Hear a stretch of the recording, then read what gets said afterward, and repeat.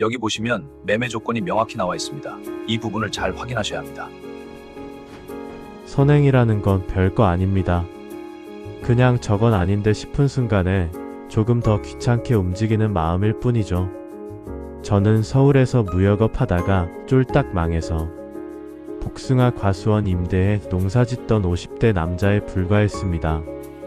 그런 제가 우연히 점포 하나 3개월 빌려 복숭아를 팔다가 건물주의자 백만장자를 만나고 그의 사기를 막아주고 무역 문제를 대신 해결해 준 뒤 자본금 2천억짜리 법인 대표가 될 줄은 정말 상상도 못했습니다. 선한 일을 하고도 바로 보상이 오는 경우는 많지 않습니다. 대부분은 그냥 조용히 지나가 버리죠. 이때까지만 해도 저도 그렇게 생각했습니다.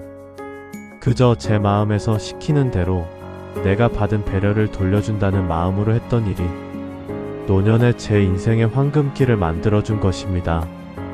이 이야기는 실화를 바탕으로 재구성하여 창작된 시니어 인생 사연입니다. 사연 시작 전 구독과 좋아요를 눌러주시고 여러분의 공감 댓글 남겨주시면 그곳으로 행운이 가득하기를 바라겠습니다. 이제부터 선행의 결과에 대한 복숭아 농부 이야기 시작합니다. 내 인생이 이렇게 휘어질 줄은 몰랐습니다. 지금 제 명함에는 이렇게 적혀 있습니다. 햇살글로벌 농식품 유통 주식회사 대표이사 박도영. 자본금 2천억, 임직원 수백 명. 전국 산지와 해외 바이어를 연결하는 중견기업 대표. 하지만 제 손톱 밑에는 아직도 흙이 끼어 있습니다. 눈을 감으면 지금도 이마로 떨어지는 복숭아 꽃잎이 느껴집니다. 그게 제 원래 자리였거든요. 저는 원래 서울에서 무역업을 하던 사람이었습니다. 90년대 중반부터 중국, 동남아를 오가며 차파와 기계부품을 수출입하던 일명 오더 브로커였습니다. 환율손, 클레임손, 사기손. 그러다 IMF, 글로벌 금융위기, 코로나까지 겪으면서 결국 버티지 못했습니다. 마지막으로 크게 한번 잘못 물린 거래가 있었습니다. 거래 상대방이 서류만 그럴싸한 페이퍼 컴퍼니였다는 사실을 나중에 알았고 어음 결제일에 그쪽 회사가 통째로 사라져버렸습니다. 남은 건 수십 년 모아놓았던 돈과 아파트 담보까지 끌어쓴 부채뿐이었습니다. 회사 정리하고 사무실 빼고 창고에 쌓인 재고를 헐값에 넘기던 날 저는 생각했습니다. 아, 이제는 진짜 흙이나 만지면서 살아야겠다. 그렇게 제가 선택한 게 바로 귀농이었습니다. 땅을 사기에는 돈이 턱없이 부족해서 시골의 어느 복숭아 과수원을 임대하는 조건으로 시작했습니다. 복숭아 농사는 7월부터 10월 초까지가 수확입니다. 겉으로 보기엔 여름에만 바쁘겠네? 쉽지만 해보신 분들은 아실 겁니다.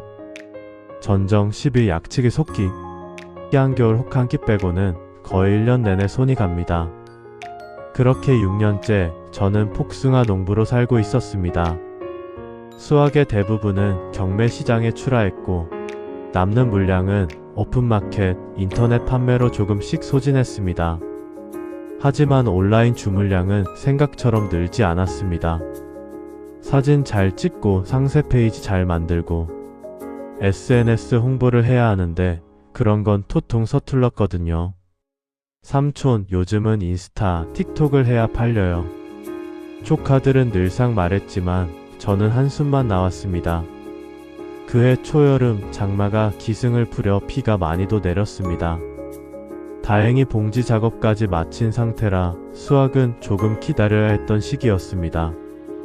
비로 인해 과수원에 피해는 없는지 살펴보러 가던 길이었습니다. 길 옆에 작년에 잘 지어놓은 건물이 있습니다. 다른 가두 판매 점포와는 달리 마치 커피숍이나 카페 같은 외관에 주차장도 넓게 만들어 놓은 건물입니다. 간판은 충북농산유통법인이라 붙어 있었습니다. 복숭아 수확철이면 매일 지나는 길이라 자세히 볼 생각도 없이 그냥 보여지는 곳이었습니다. 첫 해에는 농사 짓는 사람은 아닌 듯한 젊은 아가씨가 여름에 복숭아, 수박 등을 판매했었습니다. 추석 밑에는 도자기에 싸서 파는 것으로 보아 추석 선물로 과일 세트를 판매하는 것 같았습니다. 그런데 그곳에서 이른 시간이고 비가 오는데도 불구하고 젊은 남자 두 사람이 현수막을 걸고 있었습니다. 현수막에는 이렇게 씌어 있었습니다. 복숭아, 과일 파실 분 연락 바랍니다.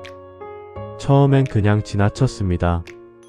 내가 무슨 점포냐, 농사나 잘 짓자. 그런데 이상하게도 며칠 내내 그 생각이 머릿속을 떠나지 않았습니다. 그것도 그럴 것이 매일 지나다니는 길이고 저희 마을에서 복숭아 농사 지어서 돈 벌었다는 사람들은 대부분이 가두 판매를 오래 해서 단골이 많은 분들이었습니다. 도매 경매에만 의존하면 가격은 늘 남이 정합니다. 한 번쯤은 내가 내 가격을 붙여 파는 장사를 해보고 싶다. 이 욕심이 스멀스멀 올라왔습니다. 다음날 저는 그 점포를 지나다가 주차장에 차를 세웠습니다. 전날 걸었던 현수막 반대쪽 자리에 임대 또는 매매라는 현수막이 하나 더 붙어 있었습니다. 저는 휴대폰으로 현수막 사진을 찍고 집으로 돌아왔습니다. 아내와 저는 2년을 떨어져서 살았습니다.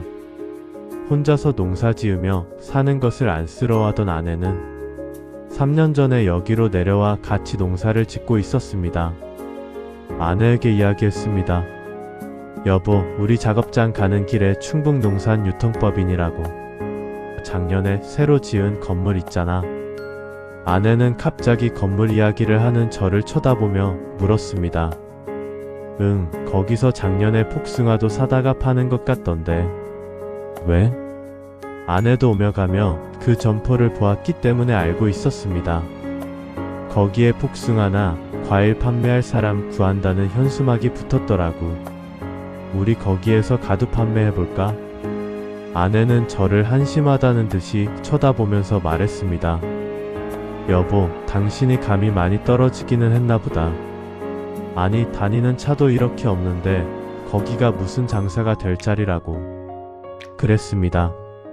제가 매일 지나다니는 길은 2차선 지방국도이고 강 건너로 4차선 자동차 전용도로가 생기면서 교통량이 현저히 줄어든 도로였습니다.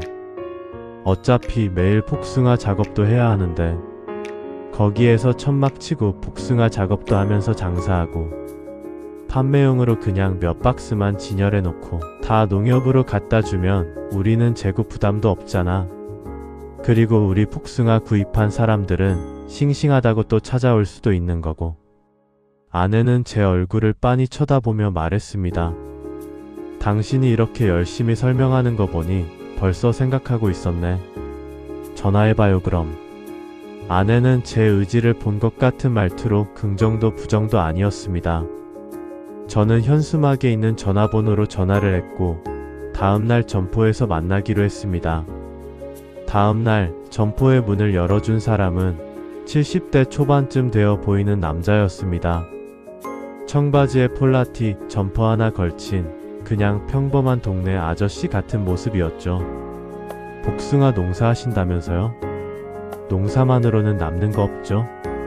그 사람의 첫마디가 그랬습니다. 괜히 내 속을 들킨 것 같아서 웃음이 났습니다.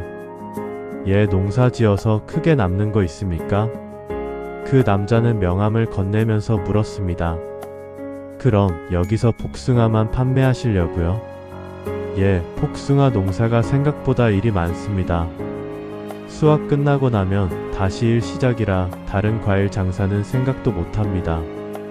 저는 복숭아 농사밖에 없어 다른 과일은 생각도 해보지 않았습니다. 그래서 만일 다른 사람이 없으면 제가 한 3개월만 임대를 하고 싶습니다. 그는 별 이야기 없이 흔쾌히 승낙했습니다. 그럼 여기서 3달 동안 한번 해보세요. 작년에 우리 직원이 여기서 판매했는데 꽤 많이 팔았어요. 저는 그의 대답을 무시하며 들었습니다. 이곳은 교통량도 많지 않고 관광지가 있는 것도 아니기 때문에 그렇게 판매가 잘 되는 장소는 아니었거든요. 대신 길가 깨끗이 쓰시고 손님들한테 친절하게만 해주세요. 그리고 여기 실내도 에어컨 시설 다 있으니 더울 때 안에서 쉬면서 일하세요. 조건은 나쁘지 않았습니다. 월세도 생각보다 저렴했고요. 그렇게 저는 7월부터 9월 말까지 길가 복숭아 가게 사장이 되었습니다. 그때까지만 해도 저는 몰랐습니다. 이 점포의 주인이 여기 일대 땅과 건물 대부분을 가지고 있는 백만장자였다는 걸. 그리고 제가 여기서 하게 될 아주 작은 2번의 선행이 제 인생의 판도를 다시 바꿔놓을 거라는 걸요. 제 이름은 박도영, 올해 60입니다. 이야기가 시작될 때는 50대 초반, 복숭아 과수원 임대한 지 6년째 되던 해였죠. 서울 변두리 단칸방에서 시작한 제 인생은 늘 돈과 거래를 쫓아다니는 길이었습니다. 아버지는 버스 운전기사셨고 어머니는 분식집에서 일하셨습니다. 어릴 땐 늘 버스 엔진 냄새와 튀김 기름 냄새가 같이 났습니다. 도영아, 공부 많이 해서 회사 다니면 좋겠다. 네 아버지처럼 핸들 잡지 말고. 어머니가 늘 하시던 말씀입니다. 저는 그 말이 좋아서 대학에서 무역학을 전공했습니다.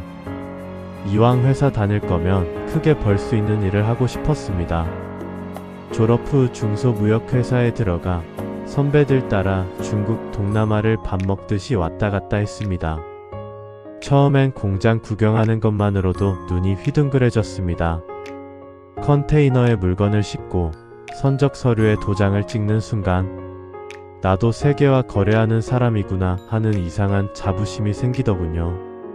30대 중반에 작은 무역회사를 차렸습니다.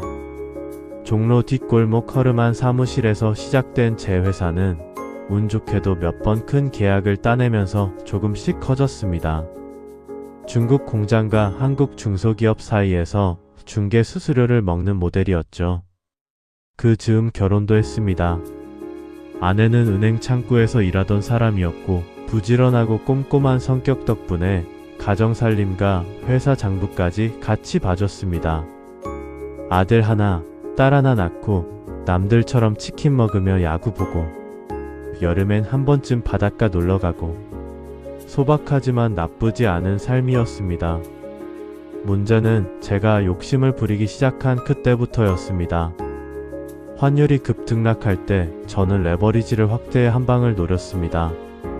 거래 상대방의 실체를 완전히 확인하지도 않고 서류상으로만 멀쩡해 보이는 회사와 대규모 수출입 계약을 맺었습니다. 이 거래만 잘 끝나면 우리도 사무실 옮기고 집도 좀 넓혀보자. 아내에게 그렇게 말했었습니다. 그런데 그 회사는 어음 만기 며칠 앞두고 감쪽같이 사라졌습니다. 공장도 사무실도 사람도 연락처도 마치 원래부터 존재하지 않았던 것처럼 말입니다.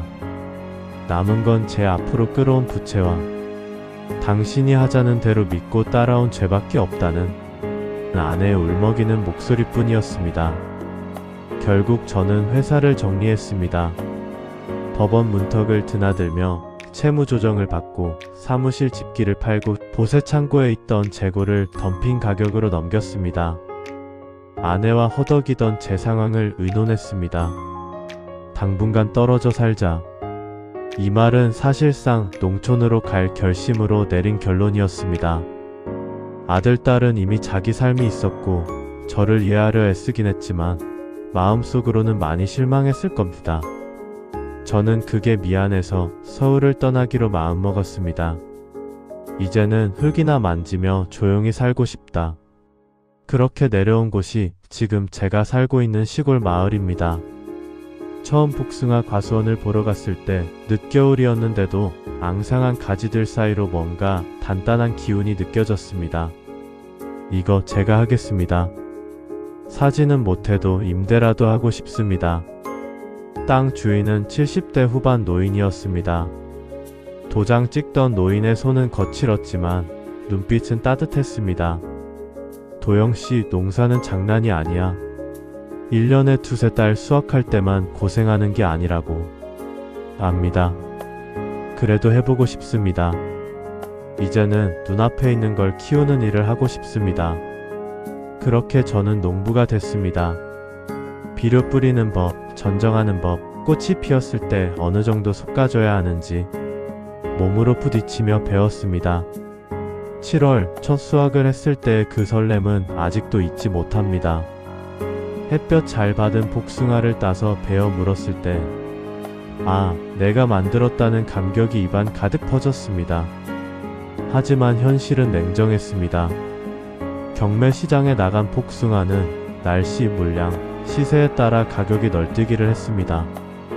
온라인 판매는 더 어려웠고요. 삼촌 사진이 너무 구려요. 이래서 누가 사요? 가끔 찾아오는 조카들이 핸드폰으로 제 상품 페이지를 보여주며 핀잔을 주었습니다. 복숭아는 맛있는데 팔 길이 부족한 겁니다. 그렇게 6년째가 되던 해, 두 번째로 조금은 다른 변화를 꿈꾸게 된 겁니다.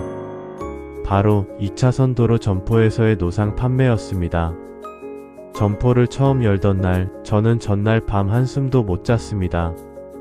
청소도 하고 천막도 치고 가격표도 직접 손글씨로 써붙였습니다. 당일 수확 복숭아 4kg 35,000원 시식 가능합니다. 트럭에서 복숭아 상자를 내리고 있는데 점포 주인인 그 70대 남자 김노인이라고 하겠습니다. 그분이 다가와 말했습니다. 사장님, 장사 준비는 잘 되신 거지요? 예, 뭐 인터넷으로만 팔다가 이렇게 길가에서 팔려니 손발이 어색하네요. 그는 점잖게 웃었습니다. 농산물은 사람 얼굴 봐가면서 파는 게 제일이죠. 옛날에는 나도 여기서 과일 장사 많이 했어요. 그 말을 들으면서도 저는 그가 그냥 전통시장 상인이었겠거니 했습니다. 점퍼에 청바지 운동화, 항상 흰색 화물 트럭을 운전해서 오는 모습은 어디에도 백만장자 느낌은 없었습니다. 점포문을 열고 나니 길가를 지나던 사람들이 한두 명씩 고개를 돌렸습니다. 복숭아네? 한 알만 먹어볼 수 있어요? 저는 조그만 플라스틱 접시에 썰어놓은 복숭아를 내밀었습니다. 예, 드셔보세요. 오늘 아침에 딴 겁니다. 첫 손님이 복숭아를 사가던 순간 저는 속으로 조용히 중얼거렸습니다. 그래, 다시 시작해보자. 이번엔 내가 만든 걸 내 손으로 팔아보자. 하루 이틀이 지나자 단골이 생기기 시작했습니다. 버스기사, 근처 편의점 사장, 휴가 다녀오던 젊은 부부들. 사장님, 지난번 거 진짜 맛있었어요 라는 말이 입에서 입으로 이어졌습니다. 그런데 그 와중에 점포 안쪽 사무실로 쓰이는 공간에 이상한 사람들이 드나드는 게 눈에 띄었습니다. 정장을 깔끔하게 입은 남자 둘, 노트북과 서류 가방을 들고 와서 점포 주인 김노인과 자주 이야기를 나눴습니다. 어느 날 점심시간이 조금 지난 한가한 시간, 저는 물 한 잔 마시러 안으로 들어갔다가 우연히 그들의 대화를 엿듣게 되었습니다. 사장님, 이 자리는 앞으로 가치가 더 오릅니다. 지금 개발 안 하시면 나중에 후회하실 수 있어요. 그렇지만 너무 싸게 파는 건 아닌가 싶어서. 아니죠. 지금 이 가격이면 정말 좋은 겁니다. 저희가 중간에서 책임질 테니까요. 말은 그럴듯했습니다. 하지만 제가 무역을 하면서 수없이 봐온 뭔가 이상한 딜의 냄새가 났습니다. 두 사람의 눈빛이 약간 초조하게 오가는 걸 저는 놓치지 않았습니다. 그리고 그들 노트북 화면 귀퉁이에 반짝이던 어디서 많이 본 부동산 개발 회사 로고도 눈에 들어왔습니다. 저 회사 예전에 분양 사기 문제로 뉴스에 나오지 않았나? 머릿속 어디선가 오래된 기억 하나가 번쩍하고 떠올랐습니다. 저는 괜히 마음이 불편해졌습니다. 도영 사장님, 오늘 많이 파셨어요? 김노인이 저를 돌아보며 말했습니다. 예. 눈이 마주친 김노인의 얼굴에는 어딘가 불안과 기대가 섞인 미묘한 표정이 떠올라 있었습니다. 그날 저녁 진열된 복숭아를 정리하고 집에 돌아오는데 제 머릿속은 온통 같은 생각뿐이었습니다. 내가 저 일에 끼어드는 게 맞을까? 아니면 그냥 모르는 척 해야 할까? 한평생 거래판에서 살아오면서 다른 사람 일에 함부로 끼어들지 말라는 것도 배웠습니다. 하지만 동시에 사기 냄새가 나면 최소한 한 번은 말해줘라는 것도 배웠습니다. 그 두 가지가 제 안에서 부딪히고 있었습니다. 작은 점포 하나에도 누군가의 평생과 누군가의 욕심과 누군가의 속셈이 뒤엉켜 있더군요. 그 한가운데에 하필이면 제가 서 있게 된 겁니다. 다음날 오전 복숭아 진열을 마치고 나니 정장 입은 그 두 남자가 또 점포 안으로 들어갔습니다. 사장님, 오늘 안에 계약만 해주시면 계약금 바로 싸드리겠습니다. 그들의 목소리가 유난히 밝게 들렸습니다. 저는 밖에서 손님을 맞이하는 척하면서 귀는 온통 안쪽으로 쏠려 있었습니다. 며칠 전이었습니다. 그 두 남자가 김노인을 만나기 위해 왔다가 김노인이 자리에 없자 전화로 약속을 하고는 밖에서 담배를 피우며 이야기하는 소리를 우연치 않게 엿듣게 되었습니다. 이 건 잘 끝내고 이번에 사무실 정리하자. 키 큰 남자가 말했습니다. 그래, 이번 건은 좀 금액이 되니 싹 정리하고 법인도 폐업 신고하자고. 이 동네가 무슨 발전이 있겠어. 개발은 무슨. 나는 내 귀를 의심했습니다.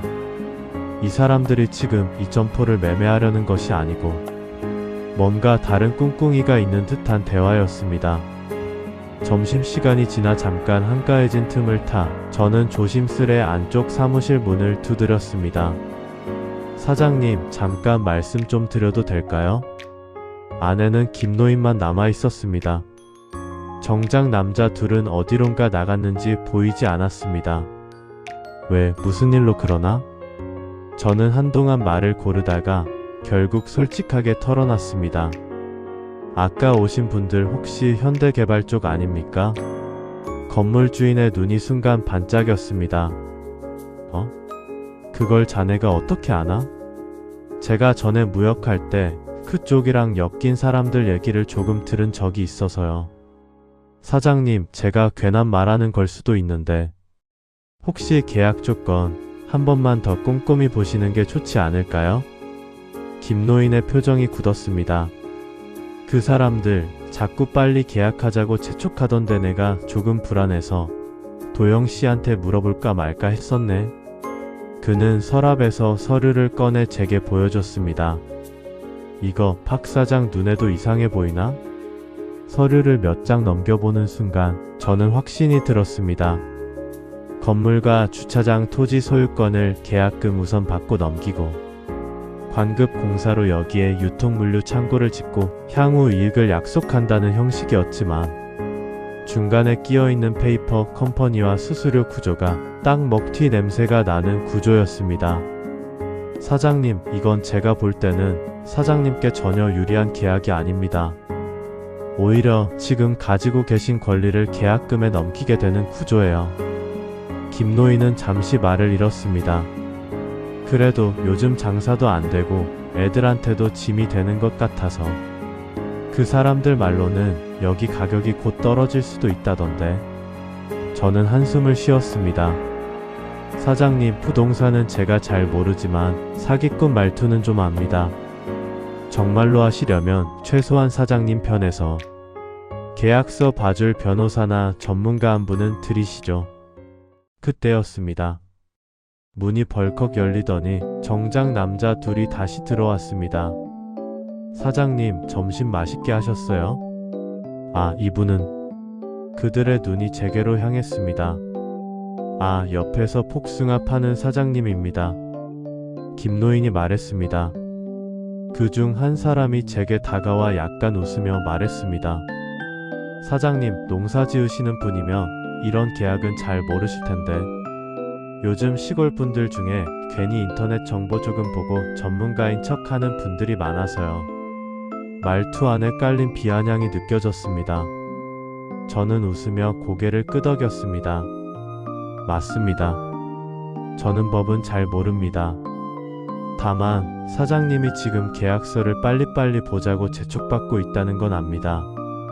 중요한 계약일수록 느리게 가는 게 좋지 않습니까? 그들의 표정이 잠시 굳었다가 이내 웃음으로 덮였습니다.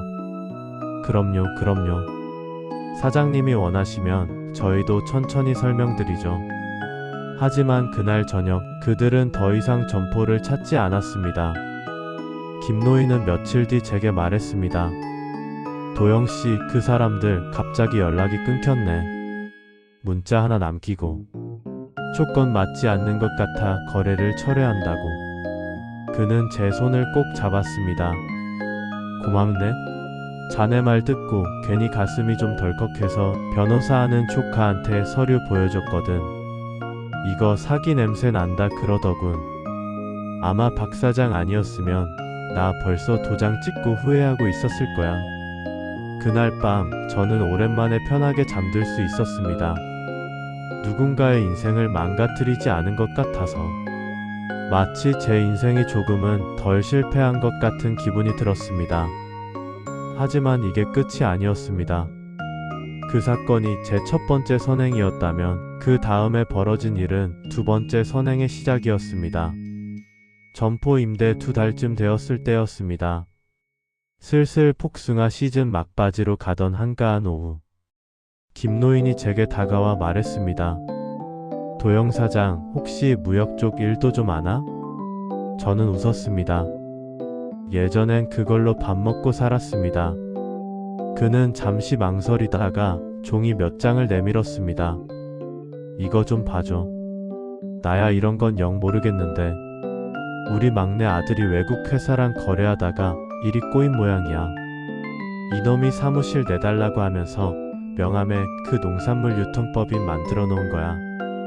한동안 잘하는가 싶었더니 요즘 뭔가 잘 안 풀리는 것 같아.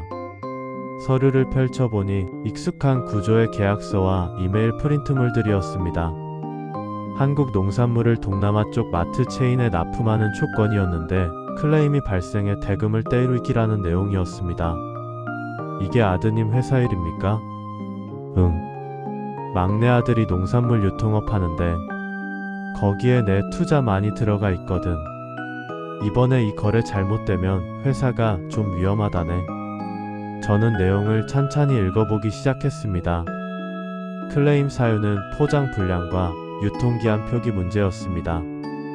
사진들을 보니 포장 디자인이 현지 규정과 맞지 않는 부분이 있긴 했지만 계약서상으로는 어느 쪽 책임인지 애매하게 쓰여 있었습니다. 무엇보다 상대 회사가 이를 빌미로 대금을 늦추고 있는 모양새였습니다. 아, 이거 예전에 많이 보던 패턴인데. 저는 김노인에게 말했습니다. 사장님, 이건 아드님 잘못도 있지만 상대 회사가 지금 협상 우위를 잡으려고 일부러 길게 끌고 가는 것 같습니다. 지금처럼 감정적으로만 대응하면 더 손해보실 수 있어요. 그럼 어떻게 해야 하나? 이메일 답장을 이렇게 한번 써보시라고 하세요. 저는 종이를 꺼내 몇 줄을 적었습니다. 포장 및 표기 관련 기사의 지적 사항에 대해 당사의 책임을 인정합니다. 다만 계약서 3조 1항에 의거하여 본사하는 전체 대금 지급의 지연 사유가 될 수 없음을 상기시킵니다. 해당 문제에 대한 보상 방식으로 차기 선적분의 단가 조정 혹은 프로모션 지원을 제안드립니다. 본 이메일 수신일로부터 7일 이내 답신이 없을 시 기존 계약대로 대금 청구 절차를 진행하겠습니다. 이렇게 부드럽지만 단호하게 이 정도 선에서 타협 안 하면 우리도 법적 절차 갈 수 있다는 신호를 주셔야 합니다. 그리고 가능하면 중간에 제3자 물류업체나 현지 바이어 한 명을 더 끼워 넣는 것도 좋고요. 김노인은 제 말을 꼼꼼히 적었습니다. 도영씨, 이런 건 잔머리 좀 굴려야 되나 보네. 머리라기보다 경험입니다. 저도 옛날에 당해봐서요. 몇 주 뒤 김노인에게서 전화가 왔습니다. 도영씨, 그거 있잖아. 그 메일 그대로 보냈더니 상대 회사가 한 발 물러섰다네. 대금 80% 지금 주고 나머지 20%는 다음 거래 때 단가에서 조정하자고. 그의 목소리는 들떠 있었습니다. 아들 회사도 이번 고비 넘기면 숨 좀 돌리겠다네. 자네 덕이야 이거. 그날 저녁 그는 소주와 삼겹살을 사들고 제 과수원으로 찾아왔습니다. 도영씨, 나 자네한테 빚 2개나 졌어. 하나는 내 건물, 하나는 내 아들 회사. 그는 잔을 채우며 말했습니다. 이 빚 그냥 둘 수는 없지 않겠나? 그때까지도 저는 그저 감사 인사를 위한 과한 표현이겠거니 했습니다. 하지만 그 말은 생각보다 훨씬 큰 의미를 품고 있었습니다. 그때까지만 해도 저는 그분이 그냥 점포 주인인 줄만 알았습니다. 정말로 그냥 그런 줄로만요. 복숭아 시즌이 끝날 무렵 점포 임대 3개월도 마무리될 때였습니다. 그해 가을 저는 개인적으로 큰 위기를 맞았습니다. 임대한 복숭아 과수원 땅 주인이 자기 사정 때문에 땅을 처분해야 한다고 통보를 해온 겁니다. 박 사장, 미안하게 됐네. 애들한테 상속 문제도 있고 해서 이제는 땅을 팔아야 할 것 같아. 순간 머리가 하얘졌습니다. 6년 동안 이 땅을 내 몸처럼 생각하며 농사를 지어왔습니다. 가지치는 법, 물길, 바람 방향, 온몸으로 익힌 이 땅을 떠나야 한다니 마음이 덜컥 내려앉았습니다. 얼마에 내놓으셨어요? 그게 내가 자네한테 싸게 줄 수 있으면 좋겠는데 자식들과 상의하다 보니 시세가 많이 올랐다네. 시세대로라면 제가 가진 돈으로는 택도 없는 금액이었습니다. 그날 저녁 텅 빈 과수원 한가운데 서서 저는 한참을 멍하니 서 있었습니다. 또 떠나야 하나? 또 다 잃고 다른 데 가서 처음부터 다시 시작해야 하나? 그 생각을 하니 가슴이 쿡쿡 아파왔습니다. 그때 한 통의 전화가 걸려왔습니다. 도영씨, 날새. 내일 저녁 시간 좀 비워둘 수 있을까? 다음날 그는 저를 읍내의 작은 카페로 불렀습니다. 그곳에는 정장을 말쑥하게 입은 젊은 남녀 둘이 그를 기다리고 있었습니다. 자네 소개하지. 이쪽은 내 피서, 이쪽은 우리 재무 담당 본부장. 피서? 재무본부장? 그제야 저는 이상함을 느꼈습니다. 김노인은 조용히 웃으며 말했습니다. 내가 자네한테 좀 숨기고 있었던 게 있네. 그는 명함 한 장을 내밀었습니다. 대영홀딩스 회장 김민석.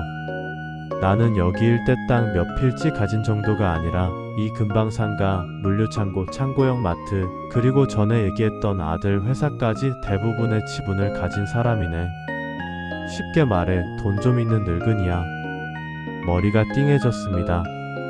지금까지 함께 삼겹살을 구워 먹던 아저씨가 사실은 이 지역 자산 대부분을 쥐고 있는 사람이라는 사실이 한순간에 현실감 없이 다가왔습니다. 도영씨, 자네를 처음 봤을 때 난 그냥 성실한 농부라고 생각했네. 그런데 시간 지나면서 보니까 자네는 숫자도 알고 사람 마음도 알고 무엇보다 남일 같아도 그냥 지나치지 않는 양반이더군. 그는 잠시 말을 멈추고 제 눈을 똑바로 바라봤습니다. 그래서 조용히 자네 과거를 좀 알아봤네. 저는 순간 움찔했습니다. 미안하게 생각하네. 그래도 내가 평생 벌어놓은 돈 맡길 사람 찾는 건데 텃밭 정리하듯 대충 할 수는 없지 않나. 그는 제 과거 무역회사 거래처, 채무조정, 부도 당시 기록까지 전부 파악하고 있었습니다. 자네 크게 망해봤더군. 그 말에 저는 고개를 숙였습니다. 예, 부끄럽습니다. 부끄러울 것 하나도 없어. 망해보지 않은 사람은 어디서 터질지 모르는 폭탄 같은 거야. 나는 오히려 크게 실패해보고도 남 탓만 하지 않는 사람을 더 믿네. 그는 잔을 들어 물을 한 모금 마셨습니다. 그래서 제안을 하나 하려고 하네. 테이블 위에 놓인 서류철이 열렸습니다. 내가 요즘 고민하는 게 하나 있네. 우리나라 농산물, 특히 복숭아 같은 제철 과일들을 제대로 된 가격에 해외에 파는 구조를 만들고 싶어. 농부들은 농사만 짓고 판매와 유통, 외환 클레임 같은 건 전문가들이 맡아서 돌려주는 시스템 말이야. 그의 손가락이 서류 위를 천천히 후었습니다. 자본금 2천억짜리 법인을 하나 만들 거야. 내가 대부분을 출자하고 나머지는 우리 계열사 몇 군데에서 조금씩 넣을 거고. 대표이사는 자네가 했으면 좋겠네. 순간 숨이 멎는 줄 알았습니다. 회장님 제가요? 저는 농사 짓다가 이제 겨우 손발 맞춰가며 사는 사람인데. 그는 빙그레 웃으며 말했습니다. 그래서 자네야. 행정적인 부분은 비서랑 본부장들이 도와줄 거야. 자네는 큰 방향, 어떻게 농부들과 같이 갈 건지만 생각하면 되네. 무역 실무는 예전에 하던 경험 살려서 가져오면 되고. 저는 머리를 싸매고 싶었습니다. 한쪽에서는 사라질지도 모르는 과수원 걱정이 머리를 짓눌렀고, 다른 한쪽에서는 생각지도 못한 두 번째 인생의 문이 열리고 있었습니다. 그 순간 김노인이 조용히 한마디를 덧붙였습니다. 자네가 그때 내 건물 사기 당하는 걸 말려주지 않았나? 아들 회사 문제도 같이 풀어줬고. 그때 내가 생각했네. 아, 이 사람은 내 돈 맡겨도 되겠다. 선행은 꼭 그 자리에서 돈으로 갚아줘야 하는 건 아니잖나. 그 말에 제 눈가가 뜨거워졌습니다. 인생의 큰 제안은 늘 우리가 가장 지쳐있을 때, 가장 준비 안 된 순간에 찾아오더군요. 집으로 돌아오는 길, 운전을 하면서도 손이 떨렸습니다. 정말 저 자리를 맡아도 되는 걸까? 또 실패하면 어떡하지? 과수원에 도착하니 앵두빛 석양이 나무들 사이로 스며들고 있었습니다. 복숭아 나무가지 사이를 천천히 걸으며 저는 나무에게 말을 걸었습니다. 야, 내가 너희들을 떠나야 될지도 모르겠다. 바람이 살짝 불어와 가지가 흔들렸습니다. 마치 그럴 수도 있지 하는 듯이요. 그날 밤 저는 아내에게 조심스럽게 이야기를 꺼냈습니다. 그간의 과정에 대해 조금은 알고 있었던 아내는 김노인이 우리와 다른 세상에 살고 있는 백만장자라는 사실에 놀라했습니다. 일은 당신이 하는 거고 결정도 당신이 해야지. 떨어져 살다가 제가 혼자 고생한다고 시골까지 와준 아내가 고마웠습니다. 아내와의 대화 후 저는 오랜만에 서울에 있는 아들에게 전화를 걸었습니다. 아들, 아빠가 좀 큰 제안을 받았다. 이야기를 듣고 난 아들은 한참을 말이 없었습니다. 아빠, 그거 좋은 기회 같은데요. 근데 아빠 또 실패하면 어떡하냐? 아빠, 옛날에는 어떻게 보면 욕심 때문에 무리한 거잖아요. 이번에는 사람 때문에 하는 거잖아요. 농부들 도와주는 사업이라면서요. 그럼 실패하더라도 덜 후회하지 않을까요? 그 말이 가슴을 때렸습니다. 돈을 벌기 위해서가 아니라 사람을 위해서 하는 일. 그게 이번 제안의 본질이었습니다. 다음 날 저는 다시 김노인을 찾아갔습니다. 회장님, 조건이 하나 있습니다. 말해보게. 제가 대표를 맡더라도 복숭아 농사는 완전히 놓고 싶지 않습니다. 이 과수원을 새로 만드는 회사와 연결시키고 싶습니다. 그는 눈을 반짝였습니다. 어떻게 말인가? 우리 회사가 복숭아를 비롯한 과일을 수출하는 구조라면 그 시작을 이 마을에서 하고 싶습니다. 지금 제가 임대해서 쓰는 이 과수원, 땅 주인 어르신, 주변 농가들, 우리가 직접 계약해서 제값 받고 안정적으로 팔 수 있게 만드는 그런 모델을 하나 만들어 보고 싶습니다. 김노인은 잠시 생각에 잠기더니 호탕하게 웃었습니다. 역시 자네답네. 자기 자리만 챙기는 사람이 아니야. 좋네, 그 조건이면. 내가 땅 주인과도 얘기해보지. 며칠 뒤 땅 주인 어르신까지 함께 앉은 자리에서 놀라운 제안이 나왔습니다. 도영씨, 내가 이 땅을 회사 이름으로 넘기고 그 회사에서 도영씨가 일정 지분을 갖도록 하는 게 어떻겠나? 자네는 대표로 회사 운영하면서 이 과수원은 연구농장 겸 시범단지로 쓰고, 말하자면 저는 농부이자 대표 두 개의 역할을 동시에 갖게 되는 셈이었습니다. 그 자리에서 계약서 모든 조항을 다 이해한 건 아니지만 한 가지는 분명히 느낄 수 있었습니다. 아, 이 사람들은 정말 나를 돈 버는 도구로만 보는 게 아니구나. 그렇게 몇 달 후 대형 글로벌 농식품 유통 주식회사가 설립됐습니다. 자본금 2천억, 그중 대부분은 김 회장이 출자했고 일부는 계열사에서 출자되었습니다. 취임식 날, 저는 양복을 입고 넥타이를 맸습니다. 복숭아 꽃잎 대신 회사 로고가 박힌 배지가 가슴에 달렸습니다. 직원들 앞에서 인사말을 하며 저는 이렇게 말했습니다. 저는 서울에서 무역하다 망해서 시골에서 복숭아 농사 짓던 사람입니다. 여러분보다 학벌도 경력도 화려하지 않습니다. 하지만 저는 잘합니다. 이 안에 적힌 숫자 하나가 어떤 농부의 1년, 어떤 가족의 생계와 연결되어 있다는 걸요. 우리가 하는 일은 그 숫자를 가지고 장난치는 일이 아니라 사람들의 땀을 제값받게 해주는 일입니다. 저는 그걸 위해 여기 왔습니다. 그리고 마지막으로 이렇게 덧붙였습니다. 아, 그리고 한 가지 더. 여러분이 일하다가 이건 아닌데 싶은 순간이 오면 제 방 문을 그냥 열고 들어오세요. 저도 언젠가 그런 순간에 그냥 지나치지 않았던 사건 덕분에 이 자리에 서 있으니까요. 그 말을 하면서 제 머릿속에는 김 회장의 얼굴과 복숭아 나무 사이로 노을이 떨어지던 과수원이 겹쳐 보였습니다. 세월이 흐른 지금 저는 여전히 주말이면 과수원에 나갑니다. 대표이사라고 해서 흙을 안 밟고 살 수는 없더군요. 복숭아 나무 아래 앉아 있으면 가끔 그런 생각을 합니다. 그때 점포 안쪽에서 그 대화를 못 들었다면? 그때 모른 척하고 넘어갔다면? 아마 저는 아직도 임대 과수원 하나 붙들고 내년엔 계약 연장해주겠지 불안해하며 살고 있었을지도 모릅니다. 선행의 결과는 언제 어떤 모양으로 돌아올지 모릅니다.